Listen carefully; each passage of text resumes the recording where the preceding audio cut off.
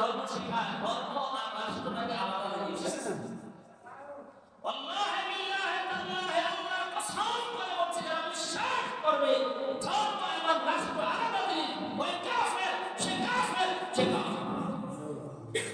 খবরদার, ভয়ঙ্কর জিনিস। ধর্ম এবং রাষ্ট্র আলাদা যারা বিশ্বাস করবে এগুলো প্রচার করবে কাফের, কোনো সন্দেহ নেই। আল্লাহ তাআলা বলেন ধর্ম এগুলো নাযিল করে কোরআন ছোট ছোট ঘরে বসে বসে পড়া খাওয়া সাহায্য থাকবা, মসজিদে কোরআন ভিত্তিক আলোচনা করবা আর বাইরে শয়তান ইবাদত চলবে, এগুলো কোরআন নাযিল করা। আল্লাহ তাআলা বলেন আল্লাযীনা মাক্কানাহুম ফিল আরদ, যে জমিনে আমার খলিফারা ক্ষমতা পায়, খলিফা মানে মুসলমানরা সবাই আল্লাহর খলিফা, যদি আমার খলিফারা ক্ষমতা পায়, যদি আমি ক্ষমতা দেই, প্রথম কাজ হচ্ছে তারা নামাজ কায়েম করবে। আপনি যদি বলেন ধর্ম আর রাষ্ট্র আলাদা জিনিস, কোনো সন্দেহ নেই।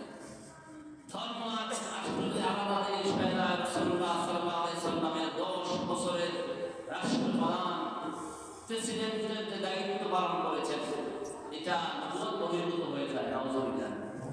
অথচ নবুয়ত পালন করছে, আপনার বিধানের বাহির কাজ করছে, এরকম কোনো বিধান নাই। আবু বকর, ওমর, ওসমান, আলী রাদিয়াল্লাহু তাআলা আনহু এবং হাসান রাদিয়াল্লাহু তাআলা আনহু 6 মাস সহ 30 বছর হয় তারা পায় আসতে। এই পুরাটা সময় 30টা বছর তারা কোরআনকে রাষ্ট্র পরিচালনা করেছে।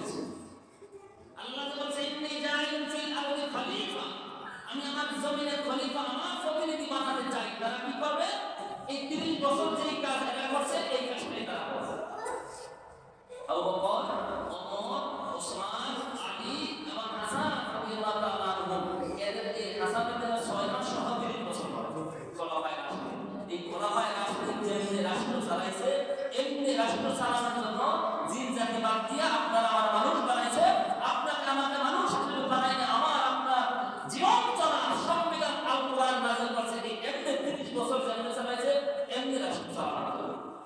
এখন আমি যদি ধর্ম আর রাষ্ট্র আলাদা জিনিস, তাহলে আল্লাহকে বিদ্যা বলবেন এটা খবরদার। আসল ঠিক থাকবে না, আমি ঠিক থাকবে না, আমি ঠিক থাকবে যা করেন করেন।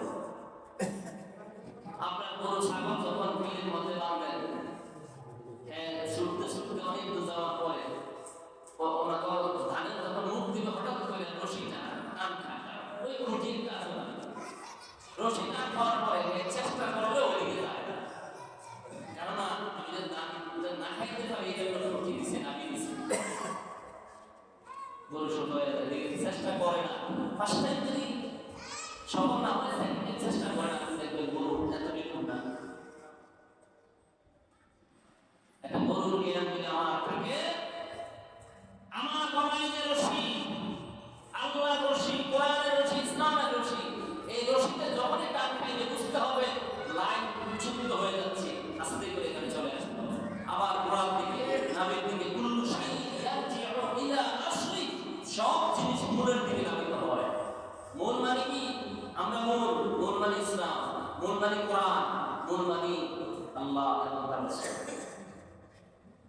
এই যে একটা কথা আছে না, মৌলবাদী মুসলমানরাই কয় ইসলাম আলাদা, টুপি আলাদা, দাড়ি আলাদা।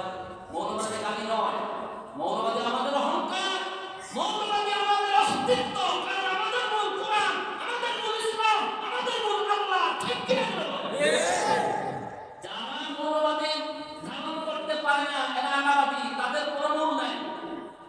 যার মূল নাই তার অস্তিত্ব নাই, যার মূল নাই তার অস্তিত্ব নাই। অস্তিত্বহীন মানুষ পাগলের মতো চলে, পাগলের কোনো ঠিক ঠিকানা আছে, চলতে থাকে, কই যাইব, কোথায় ঘুমাবে, কোনো স্টেশন নাই। আলাবাদী আর মৌলবাদী, যার বরবাদী আছে, মাথা ঠিক আছে, যেখানে যদি আপনাকে রাত 12 বলে বলেন, মূলের দিকে ফিরে আসেন। এই জন্য